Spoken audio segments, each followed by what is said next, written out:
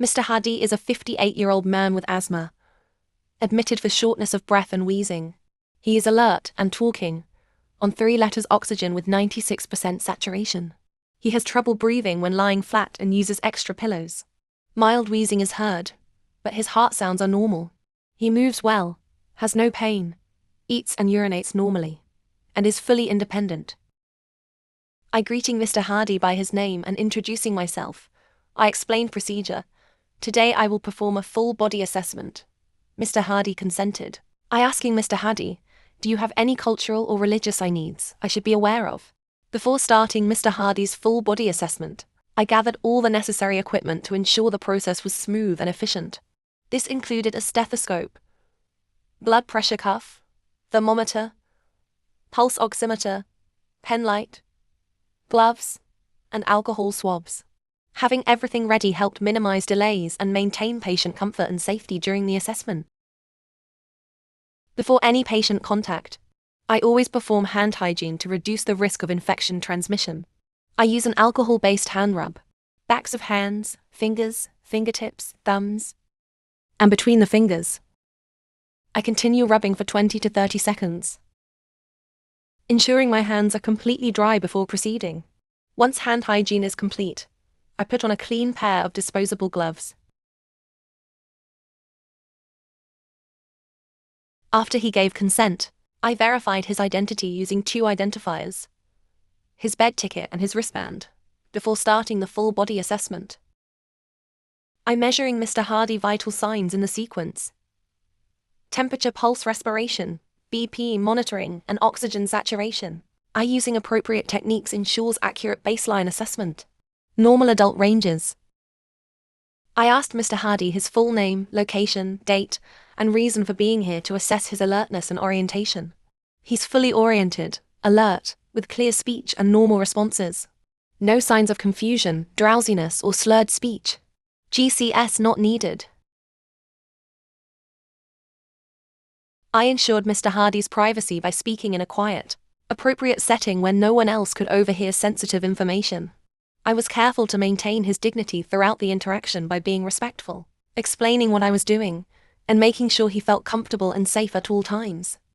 While interacting with Mr. Hadi, I observed his non-verbal cues like facial expressions, eye contact, and body language to assess his comfort and engagement. I also performed a general survey, noting his physical appearance, posture, mobility, and any signs of distress or discomfort. I palpated his scalp for shape, tenderness, or any bumps or lesions. Everything felt normal, and his hair was evenly distributed. I checked Mr. Hadi's pupils using a pen light, looking for equal size, round shape, and proper reaction to light in both eyes. I observed both the direct and consensual response. Then I asked him to focus on my finger near his face, and then look across the room.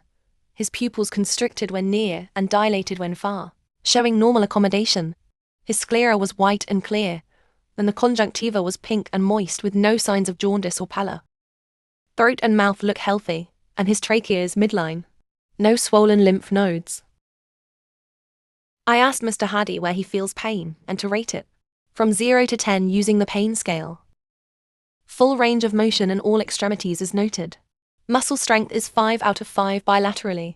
The patient is able to move independently. No joint swelling or deformities. I assessed capillary refill by pressing his fingernail. Color returned in under 2 seconds, indicating good peripheral perfusion. His skin is warm, dry, and intact, with no rashes, wounds, or pressure sores. I auscultated the apical pulse for full 1 minute, assessed rate, rhythm, and clarity, and reported any abnormal to practitioner. I assessed for symptoms such as SLB, abdominal pain, anorexia, weakness, and jugular vein distension. Chest was inspected for symmetry, nasal flaring, and accessory muscle use. Palpation revealed symmetrical expansion. Tactile fremitus was evaluated, lung fields were percussed, and all lobes were auscultated bilaterally. Breath sounds were clear with equal air entry on deep mouth breathing during full respiratory cycles. I assessed Mr. Hadi cough characteristics and oxygenation. Auscultated all 4 abdominal quadrants before palpation, assessing bowel sound as hypoactive, hyperactive, or absent. Then I gently palpated for any tenderness or masses. I assessed the patient's bowel movements for consistency, color, shape, frequency, and amount, noted any diarrhea or constipation, checked appetite and nausea or vomiting, evaluated urine color, amount and characteristics, and maintained an hygiene after any contact with urine or genitalia. I assessed for peripheral edema by pressing on dependent areas, grading pitting depth from 1 to 4, evaluated lower limbs movement, symmetry, and range of motion. I returned Mr. Hardy to a safe, comfortable position, assessed, managed, and reassessed his pain. After completing the procedure, I discarded all used supplies, removed gloves, and performed proper hand hygiene. I ensured thorough documentation of the intervention in Mr. Hardy's medical record. When I assessed Mr. Hardy, I observed that he was mildly SOB, particularly when laying flat. His respiratory rate was elevated and he was using accessory chest muscle to breathe. Although chest expansion was equal on both sides, it was somewhat reduced. Percussion of the chest produced normal resonance, which is reassuring. On auscultation is heard bilateral wheezing more prominent on expiration, which is consistent with asthma. He had a dry non-productive cough and SpO2 was 96% while receiving 3 liter oxygen. He also showed sign of fatigue with minimal exertion.